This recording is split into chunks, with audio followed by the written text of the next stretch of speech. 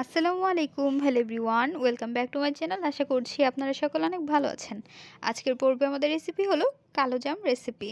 খুবই সহজভাবে আপনাদের মাঝে উপস্থাপন করব। আশা করছি ভিডিওটি ভালো লাগবে। একদম পারফেক্টভাবে তৈরি করে দেখাবো।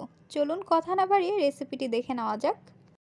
বিসমিল্লাহির রহমানির রহিম। নিয়ে নিচ্ছি মিল্ক পাউডার। এখানে আমরা 1 কাপ মিল্ক পাউডার দিয়ে দিয়েছি এবং 2 টেবিল চামচ সুজি, হালকা একটু লবণ। চামচের সাহায্যে ভালোভাবে মিক্সড করে নিতে হবে। এখানে আমরা 1 কাপ জাল করে রাখা লিকুইড দুধ নিয়েছি। চামচের সাহায্যে ভালোভাবে মিক্সড করে নিচ্ছি এবং গুঁড়ো দুধটি এমন দেখানোর কারণ হলো আমরা বাসায় গুঁড়ো দুধটি বানিয়ে নিয়েছি। চুলা বসিয়ে দিচ্ছি একটি কড়াই, এর মধ্যে দিয়ে দিচ্ছি মিক্সড করে রাখা সুজি এবং মিক্সড করে রাখা বেটার। নাড়াচাড়া করে নিতে হবে। মিডিয়াম ফ্লেমে রেখে আমরা নাড়াচাড়া করে নিচ্ছি। এর মধ্যে দিয়ে দিচ্ছি খাঁটি ঘি বা গাওয়া ঘি। 2 টেবিল চামচ ঘি দিয়ে দিয়েছি। একটু পরপরই নাড়াচাড়া করে নিতে হবে।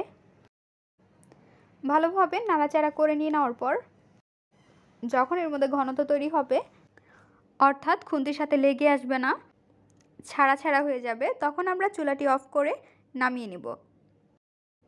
চুলায় বসিয়ে দিচ্ছি একটি কড়াই, এর মধ্যে দিয়ে দিচ্ছি 1 কাপ চিনি। চিনির পরিমাণ আপনারা আপনাদের পরিমাণ অনুযায়ী দিতে পারেন। শিরা তৈরি করার জন্য এর মধ্যে দিয়ে দিচ্ছি অল্প পরিমাণ পানি। এলাচ, 2টি এলাচ আমরা মুখ চিরে নিয়েছি এবং নাড়াচাড়া করে নিচ্ছি। শিরাটি যখন ভালোভাবে বলক উঠে যাবে, ঘনত্ব তৈরি হবে, তখন আমরা চুলাটি অফ করে নেব। ডোটি নামিয়ে নিয়ে নেওয়ার পর এর মধ্যে আমরা দিয়ে দিব অল্প পরিমাণ ময়দা, কর্নফ্লাওয়ার 1/2 টেবিল চামচ। হাত দিয়ে ভালোভাবে মিশিয়ে নিচ্ছি। ভালোভাবে মিশিয়ে নিয়ে নেওয়ার পর যখন হাতের সঙ্গে লেগে আসবে না, অর্থাৎ ডোটি খুবই ভালোভাবে মিহি করে তৈরি করে নিতে হবে। এখন আমরা কালোজাম মিষ্টির শেপ করে নিচ্ছি। সেমভাবে সবগুলো কালোজাম আমরা তৈরি করে নেব। দেখতে পাচ্ছেন তৈরি করা হয়ে গিয়েছে।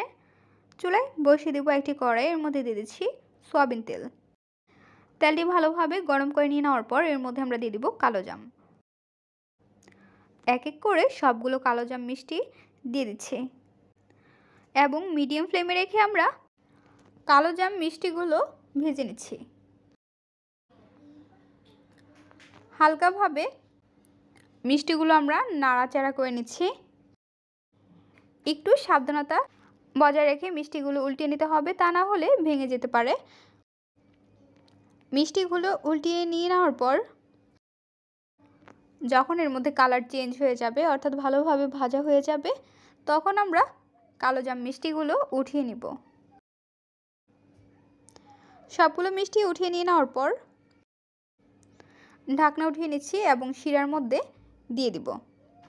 শিরার মধ্যে দিয়ে দেওয়ার পর আমরা আধা ঘন্টার মতো ভিজিয়ে রেখে দেব এবং আধা ঘন্টা পর নামিয়ে পরিবেশন করে নেব। তৈরি হয়ে গেল মজাদার কালোজাম মিষ্টি, একদম দোকানের মতো। খুবই সহজভাবে এই রেসিপিটি তৈরি করে নিতে পারেন। যারা এখনও এই রেসিপিটি ট্রাই করেন তারা একবার হলেও ট্রাই করে দেখবেন। কালোজাম মিষ্টি রেসিপি আপনাদের কাছে কেমন লেগেছে তা অবশ্যই জানিয়ে দেবেন আপনাদের মূল্যবান মতামতটি। ভিডিওটি যদি ভালো লাগে তাহলে অবশ্যই একটি লাইক করে দেবেন এবং সাবস্ক্রাইব করে আমাদের পাশে থাকবেন আরও মজার মজার রেসিপি দেখার জন্য। সবাইকে আমন্ত্রণ রইল। আজকের পর্বে এখানে বিদায় নিচ্ছি গাইস। আসসালামু আলাইকুম, ভালো থাকবেন সবাই। আল্লাহ হাফেজ।